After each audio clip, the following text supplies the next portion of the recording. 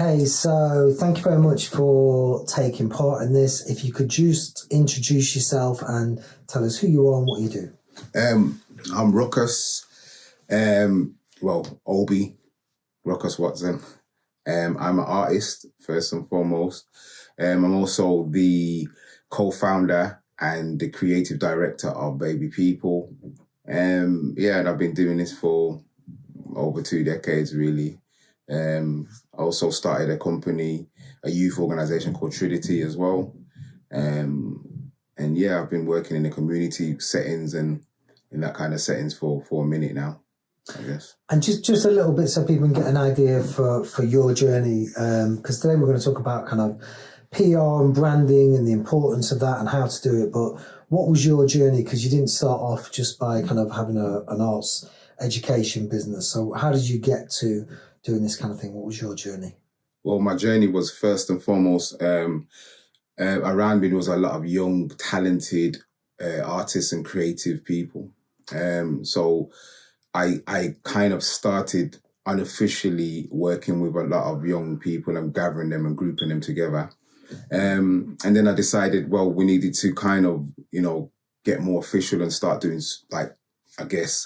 different projects. So I started to kind of source and trying to find out where I could get funding from, who I could tap up and who I could be in conjunction with or partner up with in order to kind of move the movement of what I was trying to create, which was young creatives trying to create a hip-hop school, hip-hop theatre company, and a music group that kind of, worked within the community and helped community people. Through doing that, I connected first with a dancer called Steady, and he kind of helped put together the dance side. Then I approached various organizations, Derby Playhouse at the time being one of them. That's now become Derby Theatre. And luckily there was one in a project called BAD, which was Black and Asian Development. And their whole job was to try and get Black and Asian people into theatre. Now, I guess it was great timing, but I ended up being an outreach officer for that project.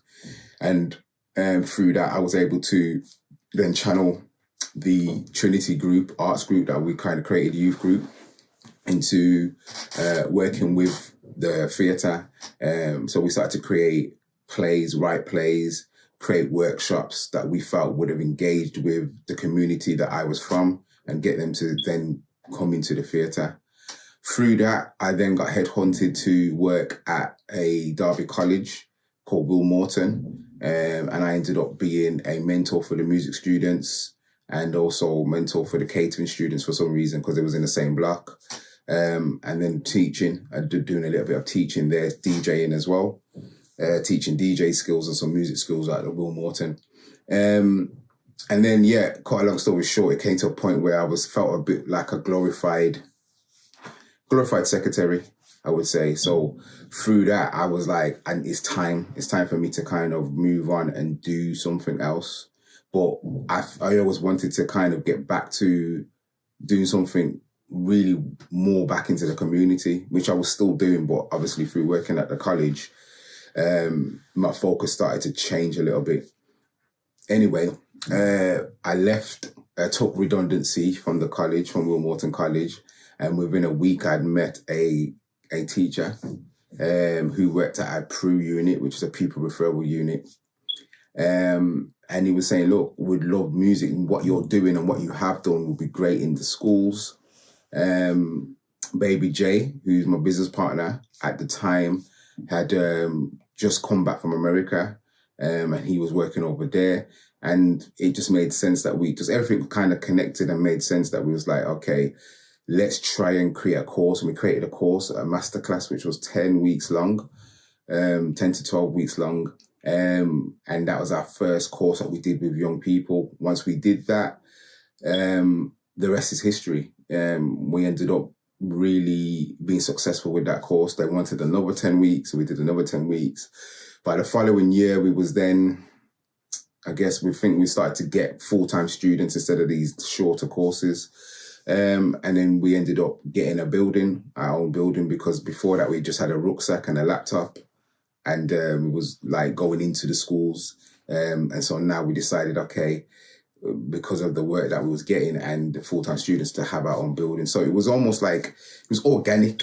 There's so much more to the story. I'm just cutting it short, but it was an organic build up of getting to a point where now we have baby people with over 20 staff, etc. And we've been running for how many years? So I think that's the best way to kind of break it down without, having to tell a story that's like an hour long about the ins and outs of it. So you've mentioned within that story various different chapters of things you've been involved with, like BAD and Trinity and Derby College and Baby People. And I can see behind your head as well, there's another brand on the wall, which is your own brand. Yeah. So how important is branding for, individual artists, for organisations, for not-for-profits, for NGOs? Why do we have brands? What's the relevance of them and the importance of them? The relevance and importance of brands is very important. Obviously, a brand is a way of identifying and separating yourself from, I guess, everybody that's around you doing exactly the same thing. From early, I kind of understood, with the Trinity Youth Group, we had branding with colours, and there's many different ways to brand. We had colour branding, so everywhere any shows we wore red and black. We had our own handshakes, and these were things that people outside would identify with and automatically kind of connect with our brand. So by within a certain period of time, people were coming to our shows wearing the same colors, and just kind of, I guess, showing that they kind of connected with what we was doing. So for me personally, a logo, getting a great logo that can go onto merchandise. As a musician myself, that's a massive thing, because, a lot of musicians nowadays are selling making more money off merchandise than they are their actual sales of music, because of how music has gone. It's not physical sales anymore. For an organization, it's important to have a strong brand and people can identify what the branding is, what you stand for, and what you're about. Because I think, and all that should be identified and should be clear. The clearer that is, the more people will understand whether they want to work with you, partner with you, and what it is you stand for as well. So, yeah. So when you're saying what it is you stand for, how important is it for the brand to, can a brand just be, a series of shapes or letters or a quote or a motive, or should it really connect? And how do you make a brand kind of connect to what it is you're trying to say or what it is you're trying to do? I mean, if I'm an environmental, NGO that's being set up, do I just do a picture of does it need to be a picture of a tree, or could it just be a circle? How important is it to have that kind of relevance? I think logos have come, branding and logos, and I speak about logos because when you mentioned about the tree, of course you want your logo to kind of identify what it is you do. So you want to be able to look at it, but it doesn't necessarily have to, because a lot of the logos that have been, massive logos that are now well-renowned, or I guess worldwide known, the meaning has been poured into the logo. So for instance, if you're talking about, again, let's go McDonald's, for instance, which is a clear M. It's like what that was about. Or, for instance, the Jaguar logo. Or, I don't know, Apple, for instance. Apple has got nothing to do with, I guess, computers. It's not like you got, a logo of a laptop. But what's been instilled in it is basically the meaning, and through time, people have identified that this sign means this amount of quality, or this is what it stands for. So I think there's two ways to answer your question, and trying to be clear as possible. I guess you kind of have a automatically identifiable branding. So if you're environmental NGO, you can have things that are going to relate to that, but you could have something that has nothing to relate to it, but then you build onto it. An example of that, again, is the Nike sign. So the swoosh is a swoosh. Now, what the swoosh represented when it first started is not what the swoosh represents now. What the swoosh represents now is a level of quality, a level of certain things. And I think there was a big thing when they kind of employed, great athletes like your Michael Jordans, and because of our attachment to what Michael Jordan was and his quality and what he embodied, it then made the logo embody that. So I feel like there's two ways around it. I feel like building your brand and what your ethos is just as important as just going, okay, let me stick a tree on it and this is what it means. I think you can pour in the meaning and it becomes over time the meaning of what it is. For example, our Baby People logo over time has built a meaning. It's a meaning that's been built into it. The ethos of what we're about has been built into it. When you first saw that logo, it wouldn't have been what it is now. But over time and through the work that we've done over the years and what's been associated with what we do is now connected with the logo and a part of the branding. So I think there's two ways around it, really. And you talked about logos, but what does branding extend to within an organisation? Is it, there's the visual stuff, so you might have logos, you might have uniforms or, a particular font, but is it more than that? Is it the way you, display, the way your message gets across to people? What else is connecting when we're talking about branding? Everything to do with the company is the branding of it, down to the individuals that work for your company, the way that you communicate, your emails, like everything is branding. Everything is to do with the branding and also adds to what the brand of the company is. Some companies might have an ethos, some might have, I forgot what they call it. It's just slipped me. But yeah, what I'm saying to you is that it's not just pictures. That doesn't really, it's everything from the ground upwards. To kind of add to the brand and builds what the brand is. As he says, it's not just about shapes and colors and stuff like that. That does add to it, but they're like almost like they're just the icing on the cake. What really is important is how you do your business, how you work, how you, as I says, even down to social media, how you post, all of these things are a part of how it's branded. And having a clear brand is important. And also, just again, I think it's nowadays you're in a world where people will have so much noise around them that if your branding isn't correct, people will overlook you. So for instance, if you're on an Instagram, for instance, and you're scrolling on, you will see thousands of things, but what makes you stop and press or like something, or even if you get emails through your inbox, you have 50 emails a day. What makes you go, let me answer this, or let me actually open this email out of all the ones I've got? So it's to do with everything, really. Yeah. And how does a new organisation go about developing a brand? Like, if presumably for NGOs, people will kind of get to the stage where there's something they're trying to achieve to kind of for the greater good often, or kind of I'm trying to do something about climate or homelessness or poverty or whatever. How do they go from taking that kind of the idea they've got that they want to see, come into the world and make an impact? How do they develop that into a brand? At first, you need to do research. I think it's important to research what's around you. Okay, so nothing is new. So the whole nothing is new, but what is new is your take on it.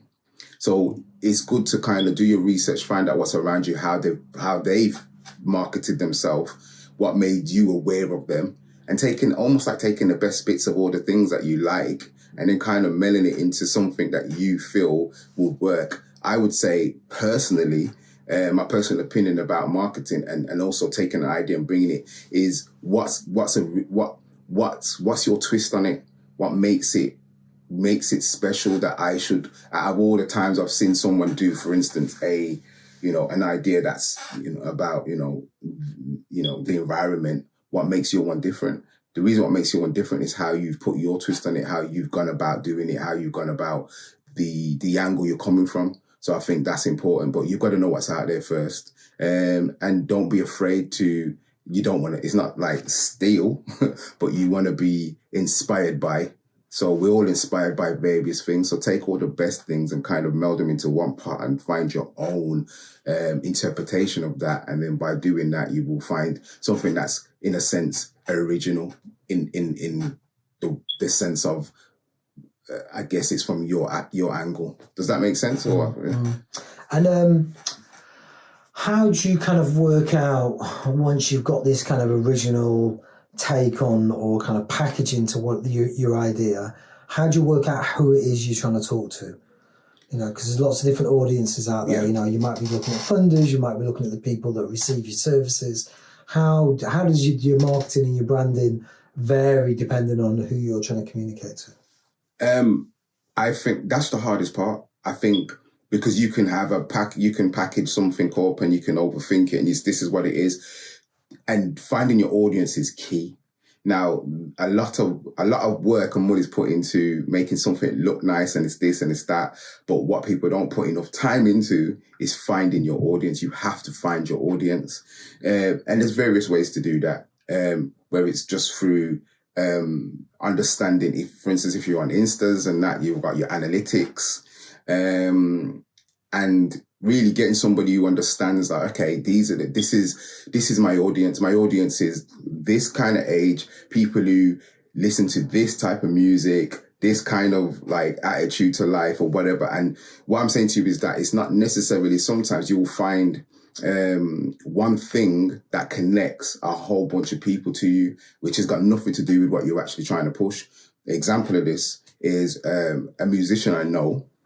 He was making music for years, and he's doing his bit, he's doing what he's doing, and he's getting a good response to his stuff. Now, his interest was anime. So he's really into anime. So he started to he said to me, well, look, when I post stuff about anime, I get more likes than I do when I post my music. So this kind of made him go, okay, I'm going to post more anime and then connect people to the music. So what he started to do was to do that. But then what he started to do was start to build up a profile of the type of people that he believed would like his music. So now when he's speaking to somebody, if he's doing a cold talk on the streets and he's like, look, I've got the CD, I've got this music, he would ask them questions, nothing to do with music. So he'll ask them questions like, do you like such and such? Do you do this? Do you do that? Based upon them questions, yes, he'll go, you would like my music.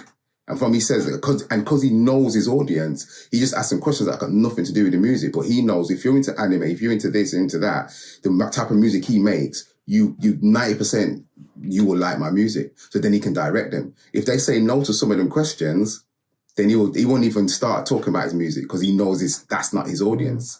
So I feel I'm saying all of that to say, going back to the thing is finding ways to find your audience. So that might be just questions, talking to people, finding out who it is and the profile, rather than finding out is this person in particular, finding out a profile of things that your audience would like or would do. It might be something as basic as they go cinema twice a week or once a month or whatever it is, but knowing these things. So I think that's the hardest part. But again, there are people that you can pay, you know what I mean, to find out them particular things. And obviously if you have social media, you have analytics and stuff that you can actually find, again, what's the best time to post, when is the right time to post, what time is your audience that you need to require is in front of a screen, and all these things that will help.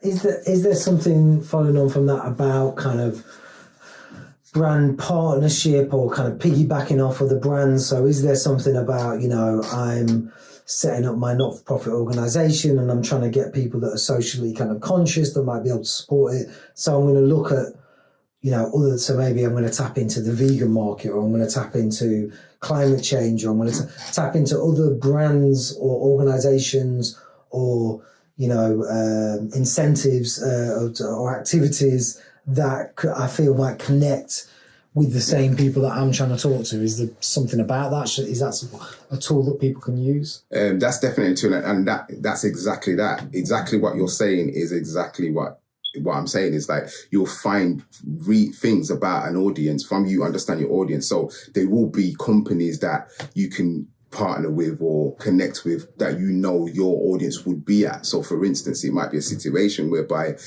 an example of that could be a theatre play that's about a particular, subject matter that you can partner with, or a particular theatre piece that you go, okay, we can actually, if we turn up on this days when this is in the theatre, for example, and talk to people, they're going to most likely want to be a part of this because of their connection and their interest. So you're right in what you're saying. It's about finding, and I think what I would say is, well, finding innovative ways. There is always ways, we call it guerrilla marketing. And I think that was something that we used a lot and did things a little bit different, because there's a lot of, we should do it this way. There's no really set ways to do things. And I think finding innovative ways to kind of connect with your audience is key, specifically now when there's so much noise around. When I say noise, I mean, there's so many people doing the same thing, and it's hard to kind of like cut through or be almost like stand out. So I think finding anything that you can that will make you stand out to find your people, or people to find you. Because in a sense, it's about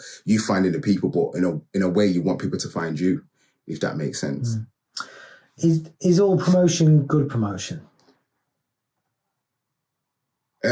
I don't know with an NGO. I'm not sure if we can say that. I mean, as a musician, you probably go, it doesn't matter if it's negative or positive. But I feel like your reputation is important in when you're creating a not-for-profit organization. It's about your values. It's about your integrity. These things are key in terms of people believing in your organization and supporting your organization. So I would definitely say that all promotion isn't good, and what you connect with. So that's why I think it's important that you understand your brand, and that's why it all connects. Because if you're about, I don't know, if you're a company that's not, we're a youth organization in essence. We do everything, but we're a youth organization. So we can't partner with, with an alcohol brand. Do you know what I'm saying? No matter how much, it benefited us financially or whatever, if we, people look at us and go, what's going on there? Like, it's a bit of a mixed message. So you have to understand what your ethos and your message is. So therefore you can know, okay, who to partner with, who to connect with, and who not to. Because there might be situations where someone's saying, look, we can do this, or we want to do this. And you're like, nah, that's not for us. And I think that's an important thing, because you can mess your brand up. It's very hard to build a brand, but it's very easy to kill your brand. Do you know what I mean? Nowadays, obviously, a lot of the time when we're talking about promotion and marketing, the first thing people think about is social media. Yeah. The social media is great because it's free largely and everyone's got access to it. It's also swamped. So when we're talking about social media, how do you go about developing your brand and marketing through social media effectively? What will cut you through the millions of other people? I mean, you don't have to be a brand to have a Facebook page or an Instagram stream. Everyone's got one, whether they've got something to promote or sell or not. So how do you cut through the noise to get awareness on social platforms? I think, and again, this is one of the hardest. It's not one of the hardest, but it is a hard thing. And I think many companies, regardless of the type of company, pay people thousands upon thousands of pounds for this. But the key thing is understanding your audience, but also consistency. I think you have to be consistent with what you're doing, consistent with the message, and you have to have consistent. If you're posting, you need to consistently post, have a way of posting. Also understanding, obviously, your analytics, so understanding when to post. And I think that's the clearest way to kind of like engage. So you got to engage.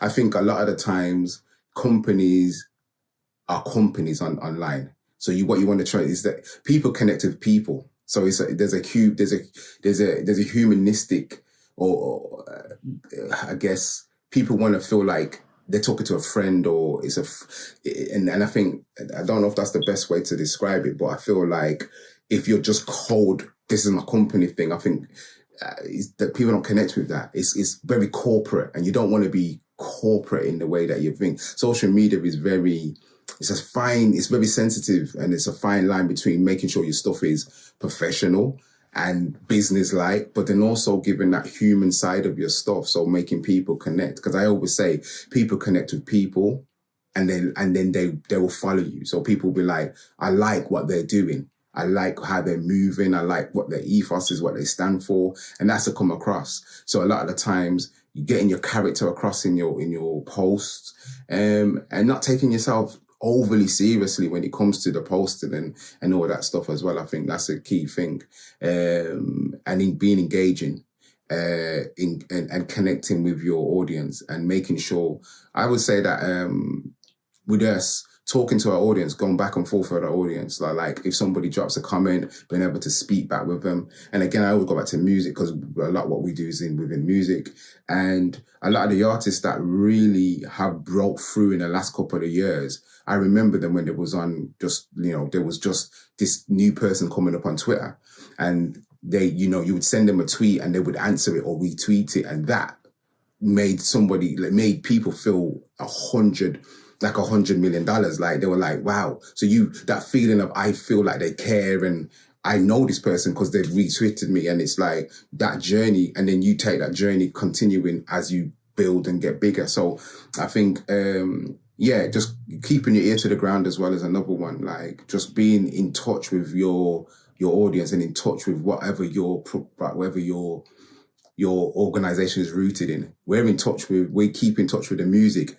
Whether we like the style of music or not, or it's not for us, we have to understand what's new, what's fresh, what's happening, and understanding that as well. So I think, I don't know if that's the clearest answer I've given, but Is there, can you think of an example of a campaign you've been involved in or connected to through one of the companies or the work you've done that's done a really successful job of kind of building its kind of branding, and why?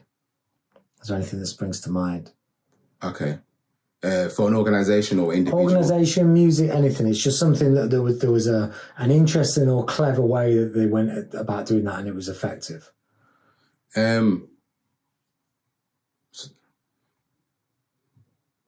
Firing the questions off the deep end. It's cool. I'm just trying to. There's a couple I'm thinking of, and so there was a tour that was by Too Funky, and it was a tour that was like it was for local artists, and they ended up touring in various different places around the Midlands. Now, I think the marketing for that was before the actual shows, the way that social media was used, and just the previews of the songs of the artist, and also just the images. I think the images that were used and the colours, all of these things that like, again, made it engaging. So you was like, okay, wow, I want to go and see this, or I want to check this out.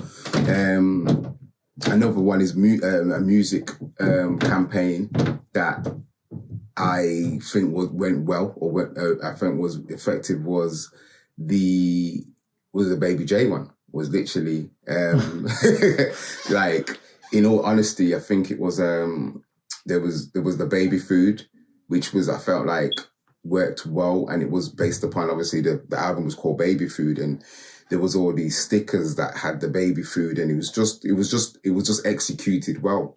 Another one, and again, it's about thinking outside the box. And I think for me, the ones that connect with me are always the ones that think slightly outside of the box with things. With Derby Playhouse, we had a whole run of series of workshops. And we had a graphic designer who was also a graffiti artist, and he designed all of the marketing. So the way it looked was very much, obviously our audience was young people. So the way that the actual things looked, and again, we had stickers, we had young people that were, I guess in a way we we're not supposed to be sticking or plates, but you'd walk around and there was just stickers everywhere of these things that was going to happen. And I felt like in that way, it was almost like it took a life on itself, because the kids started to get involved and they wanted to grab these stickers and stick them everywhere, because it was just like, it was almost like it became a little bit of a game or whatever for them to kind of like see if they could in their area. So it's about, I guess, great marketing is when it takes a life of its own. It begins to, you don't have to carry it. People start to do various things with it. So yeah, Get's album, the last album rollout, the way that he rolled that out and the things he was doing with that. So there's many, I don't think there's one way to kind of do it. I just think like you have to find what works for you. But also I think you have to really come out of the box with certain things and think differently. Can you think about the flip side of that is, can you think about a project or an organisation or something you've been involved in where the product's been really strong, or the idea's been really strong, or the message has been really strong, but actually the marketing's let it down? So okay. The marketing. So basically, someone that failed. well, more after something you did that failed. But is there something you've been involved in where you're like, the way we promoted this and the way we got across the branding didn't do justice to the importance of the thing we were pushing out there? There's many. I mean, for me to think of one in particular, there's so many that I've seen where I felt like they just didn't get where they were targeting, or the marketing wasn't right for the audience. And I know that's a bit generic, but it's literally like an example of that could be like the poster, the poster and the people on the poster has no connection to the people that are actually going to come. Do you know what I mean? So when they're looking at it, they're thinking, okay, I don't feel invited here. I don't feel like this is for me. Do you know what I'm trying to say to you? So a lot of companies get that wrong, because what sometimes companies do is they don't consult with the people that they're trying to attract into what they're doing. They almost determine them within themselves, like, I believe they're going to like this. And if you start doing that, you're in a slippery slope. You know what I mean? I think so. We can always assume. And again, I always go back to the examples of music. It's like, I cannot assume that I'm a young person anymore, even though I'm in youth culture and I understand youth culture. I'm past the age of a youth. So me saying, I believe the young people would really like this, that's just me thinking that. So what I would say is, yeah, companies get it wrong a lot of times, but the key thing is to communicate, speak to, have a group of people that you can go, what do you think of this? And get some answers back and get some feedback about your marketing, and get some honest feedback as well. You know, as a musician, our honest feedback is playing our music to our friend, or more, we're still paying it to your mom or something like that, or paying it to your young child. And you will know immediately, like, whether we say yay or a nay, innit? Like, do you know what I mean? Because they will not beat around the bush. And I think that's an important thing. Don't assume, make really good choices, and pick the right people to do what you're doing in terms of the marketing, and then make sure that you are really connecting with your audience and understanding them. Obviously, one person can't determine the whole of your audience, but I mean, do your research. Okay. We're going to do a quick fire round. I'm going to ask you questions and you've got to choose one out of the two. Okay. Instagram or Twitter? All right. So I'm going to answer like this. Twitter for me, because I think Twitter has a different level of connectivity because of the fact that you got 140, you can speak and that. Insta is a picture, but I understand that if you're talking about what is more effective right now, Insta for definite. Okay. Volume of posts or quality of posts? Quality of posts. Quality of posts, but also consistency. So I'm sorry I'm answering all of the things, but it is about the quality of the post, but it's also the consistency of posts. So if you're posting once every month or just randomly, it's just you're not going to get that connection with people, or do you know what I mean? So I think it is definitely quality, but it's also about consistency. Radio or newspaper? Wow. Okay. That's a bit more difficult. I think, all right. So newspaper people, I've just a bit over to newspaper. Reason why I'm saying that is because unless a lot of people don't listen to radio is becoming I guess it's not a dying thing, but most people got Spotify or whatever. So you go, instead of listening to radio as such, you possibly just go to what you want to listen to and listen to that. Now, I do listen to radio, but it's not as often. But so I would say, I say paper, I say newspaper, but I'm a bit unsure on that one, but I say newspaper. Facebook stories or website posts? I think I would say Facebook stories. Facebook is, again, for me, is slightly, it's there, but it's not as popular as, say, for instance, 5-6 years ago.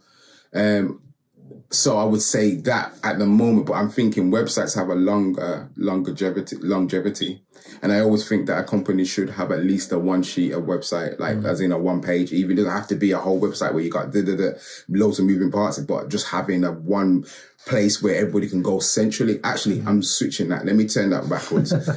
It's website, because with a website, then you can direct everybody to where they need to go. If you got a one page that has your Insta link, your Facebook link, your this, that, your YouTube, or wherever it is, you just got it all there, and then they can click and go to it rather than there's one. So I'd say website. If you're talking to young people, TikTok, Snapchat, or Insta?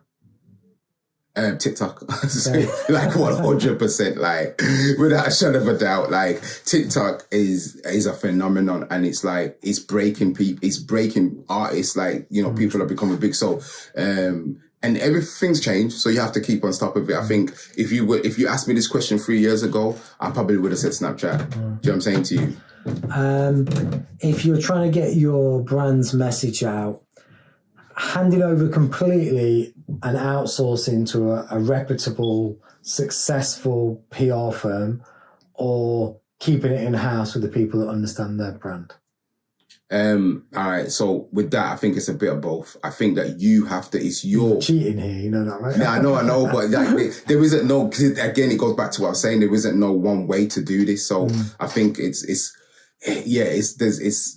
there's a line. So I'd say that you have to understand your vision. It's hard for you to give your vision to somebody else. You can, but they're going to come up with random. So I feel like it depends on the type of company as well. So I think if you just got a corporate company, it's very easy to say this is what it is, and it's just kind of black and white. Well, but with not-for-profit organizations, it's a bit deeper. It's usually from somebody's vision and heart and a belief in something. So I think no one else can really market and give you that message more deeper than the person itself. Do you know what I mean? You know what I mean? And so I feel like, but then you do need obviously help. Like, for instance, if you need analytics, you can get a professional person that can go, hey, actually, judging by your posts and how people are engaging with it, this is what you need to do. So I think a little bit of both, but I feel like it has to be driven by the company itself. It can't just be given to somebody who's just going to use flashy marketing campaign and what it is. You know what I mean?